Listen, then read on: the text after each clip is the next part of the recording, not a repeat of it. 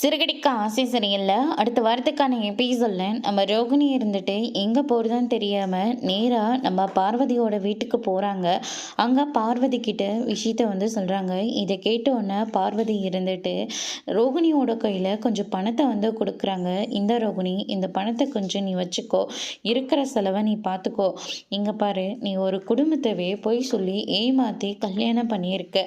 உன்னை இந்த வீட்டில் என்னால் வச்சுக்க முடியாது.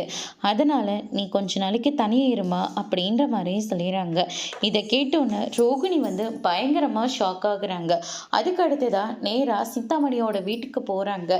அங்க சிந்தாமணி கிட்ட நடந்த எல்லா விஷயத்தையும் சொல்றாங்க.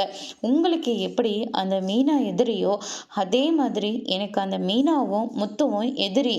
அவங்கள நான் பழி வாங்கியே ஆகணும் அப்படின்னு சொல்லிட்டு நம்ம ரோகிணி சொல்லிடுறாங்க. சரி, நீங்கள் எனக்கு சப்போர்ட் பண்ணுறீங்கல்ல, நீங்களும் இதே வீட்டில் இருக்கலாம். சிந்தாமணி இருந்துட்டு ரோகிணியை அவங்களோட வீட்டில் தங்க வச்சுக்கிறாங்க.